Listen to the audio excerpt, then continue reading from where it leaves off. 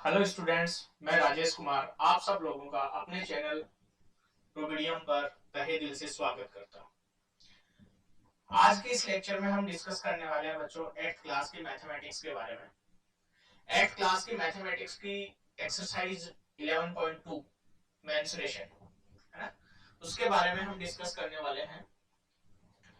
उसके कुछ questions discuss करेंगे है ना, उसका कॉन्सेप्ट क्या है उसके बारे में डिस्कस करेंगे, फिर उसके क्वेश्चन बिल्कुल डिटेल से मैं स्कूल लेवल पे आपको अच्छे से एक्सप्लेन करने वाला हूं। 11.2 एक्सरसाइज जो है, जैसे मैंने ऊपर लिखा है 11.2, इस एक्सरसाइज में बेसिकली अपने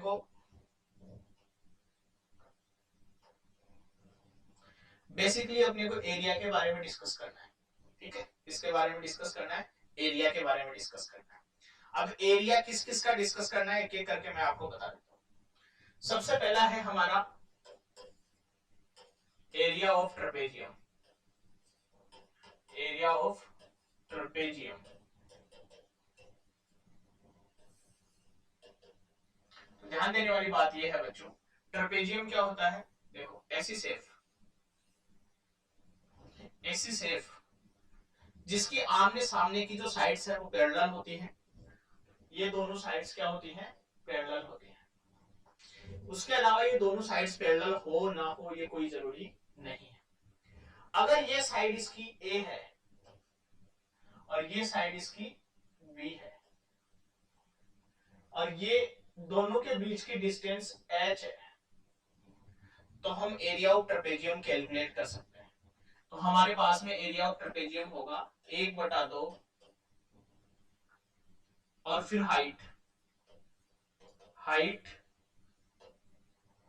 height between parallel sides into sum of parallel sides, sum of parallel, ये पैरेलल साइड्स ये मैंने लिखा है। तो हमारे पास में फॉर्मूला हो जाएगा 1/2 इंटू हाइट और सम ऑफ पैरेलल साइड्स यानी a प्लस। तो ये है हमारे पास में area of trapezium. Area of trapezium, इस प्रकार से हम एक ट्रेपेजियम का एरिया निकाल सकते हैं।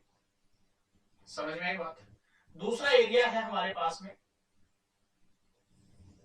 Area of quadrilateral. दूसरा है एरिया ऑफ क्वाड्रिलेटरल। क्वाड्रिलेटरल,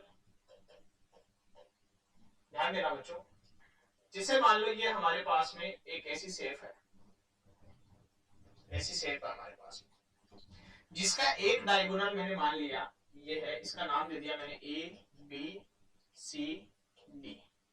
इसका एक ये क्या है, डायगोनल है। ये डायगोनल मान लिया, डायगोनल जो है इसकी डायगोनल की लेंथ है डी, इस डायगोनल की लेंथ है डी। इस पॉइंट से इस डायगोनल पे मैंने एक परपेंडिकुलर ड्रॉ किया जिसकी हाइट है h1 और इससे इस पे परपेंडिकुलर ड्रॉ किया जिसकी हाइट है h2। ऐसा क्यों किया बच्चों, ये डायगोनल ड्रॉ किया मैंने तो एक ट्रायंगल तो ये बन गया, ध्यान देना बच्चों, एक ट्रायंगल तो ये बन गया और दूसरा ट्रायंगल बन गया अपने पास में नीचे वाला, दूसरा ट्रायंगल बन गया ये वाला। और ट्रायंगल का फॉर्मूला हमें पता है, ट्रायंगल का एरिया निकालने का फॉर्मूला हमें पता है। तो अगर मैं इसका एरिया निकालूं तो इस एक नंबर ट्रायंगल का एरिया प्लस इस 2 नंबर ट्रायंगल का एरिया और दोनों को सम कर देंगे तो यहां हमारे पास में आ जाएगी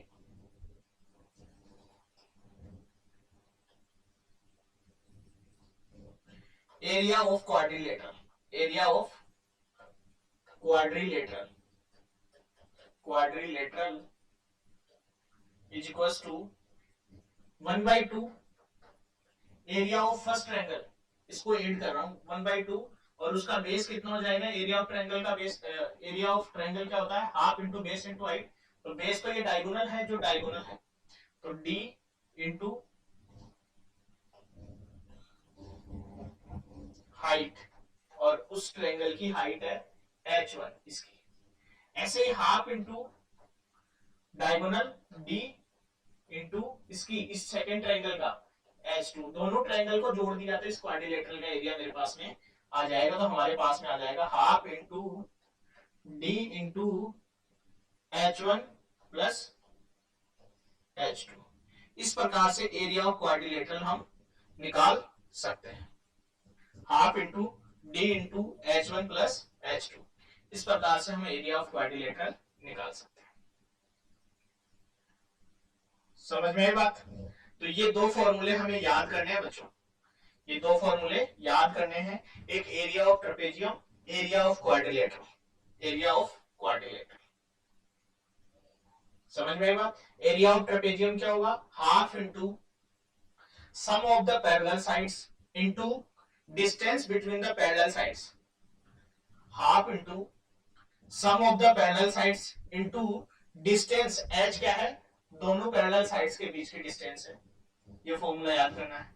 ऐसे क्वाड्रिलेटरल जो है हमारे पास में, उसका एरिया क्या हो जाएगा? Half into diagonal of the quadrilateral and the distance, perpendicular distance from one corner to the diagonal and other corner to the diagonal.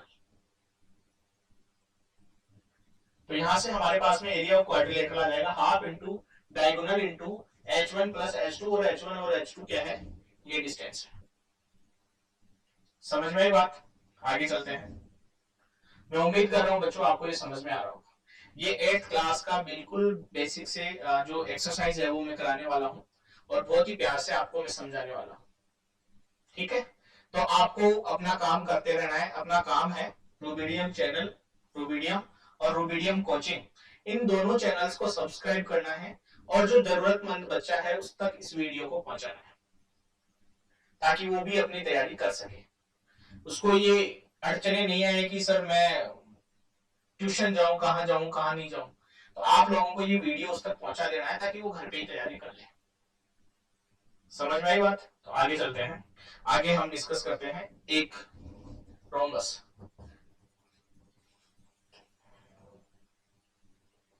ठीक है, रोम्बस डिस्कस करते हैं बच्चों। अगला है 3 number rhombus. Rhombus, area of rhombus, area of rhombus. इनकी detail में मैं नहीं जा रहा हूं बच्चों, क्योंकि रोम्बस भी क्वाड्रिलेटरल का एक फॉर्म है। रोम्बस क्या है? क्वाड्रिलेटरल का एक फॉर्म है, जिसमें अगर हम जो दोनों मतलब ऐसे बोल सकते हैं, ऐसे चलो डायग्राम बना देता हूं इस प्रकार से। क्वाड्रिलेटरल का एक फॉर्म है जिसमें ये चारों साइड्स इक्वल होती हैं, और उसके डायगोनल्स एक दूसरे को परपेंडिकुलरली बाइसेक्ट करते हैं, परपेंडिकुलरली बाइसेक्ट करते हैं, और ये साइड्स इक्वल होती हैं। आमने सामने की साइड्स भी क्या रहती है? पैरेलल रहती हैं। ये इसके parallel A B C D, तो हम बोलेंगे ए बी जो पैरेलल है वो सी डी के, बी सी जो पैरेलल है वो ए डी के, है ना? और ए बी बराबर बी सी बराबर सी डी बराबर डी ए, ये सारी साइड्स क्या होती हैं? इक्वल होती हैं। अब ये जो है इसको परपेंडिकुलरली बाइसेक्ट करता है, यानी ये लेंथ और ये लेंथ, अगर मैं इसको O मान लूं तो DO और OB इक्वल होंगे, AO और OC भी इक्वल होने वाले हैं। समझ में आई बात? तो अगर इसका एरिया हमें निकालना हो, इसका एरिया अगर हमें निकालना हो, मान लो अपने को जो रोम्बस दिया गया है, सॉरी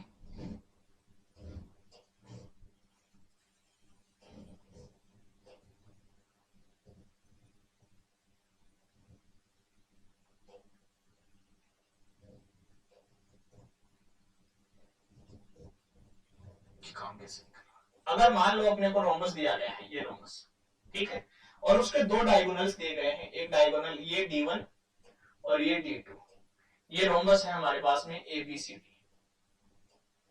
ये दो डायगोनल्स दिए गए हैं उसका। तो एरिया ऑफ रोम्बस क्या हो जाएगा? Area of rhombus, area of rhombus वो हो जाएगा हमारे पास में, एरिया ऑफ रोम्बस क्या हो जाएगा?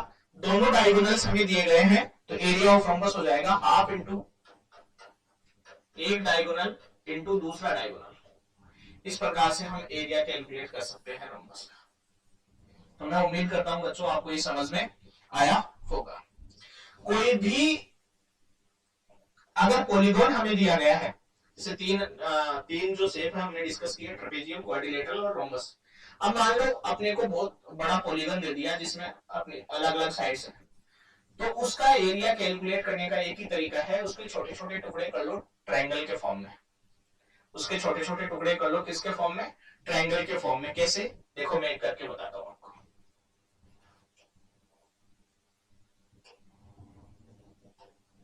जैसे फॉर एग्जांपल अपने पास में ये है एक पेंटागन। पेंटागन है तो मैं क्या कर लेता हूं, इसका ऐसे ट्रायंगल के फॉर्म में अलग अलग यहां से इसके टुकड़े करिए। ये देखो ये ट्रायंगल बन गया एक नंबर ट्रायंगल। ये देखो दूसरा ट्रायंगल बन गया 2 नंबर ट्रायंगल। ये देखो तीसरा ट्रायंगल बन गया 3 नंबर ट्रायंगल। इस प्रकार से अगर इसका एरिया निकालना हो, मुझे एरिया निकालना हो, तो ट्रायंगल 1 का एरिया प्लस ट्रायंगल 2 का एरिया प्लस ट्रायंगल 3 का एरिया, इन तीनों के एरिया को ऐड कर देंगे तो मुझे इस पॉलीगॉन का एरिया मिल जाएगा। तो इस प्रकार अगर हमें कोई भी पॉलीगॉन दिया गया है तो उसको छोटे छोटे ट्रायंगल में ब्रेक करके हम उसका एरिया कैलकुलेट कर सकते हैं। समझ में आई बच्चों? तो मैं उम्मीद करता हूं बच्चों आपको ये बेसिक सा जो एक्सरसाइज 11.2 है उसका बेसिक आपको समझ में आया होगा। ठीक है, अब आगे चलते हैं, क्वेश्चंस अटेम्प्ट करते हैं।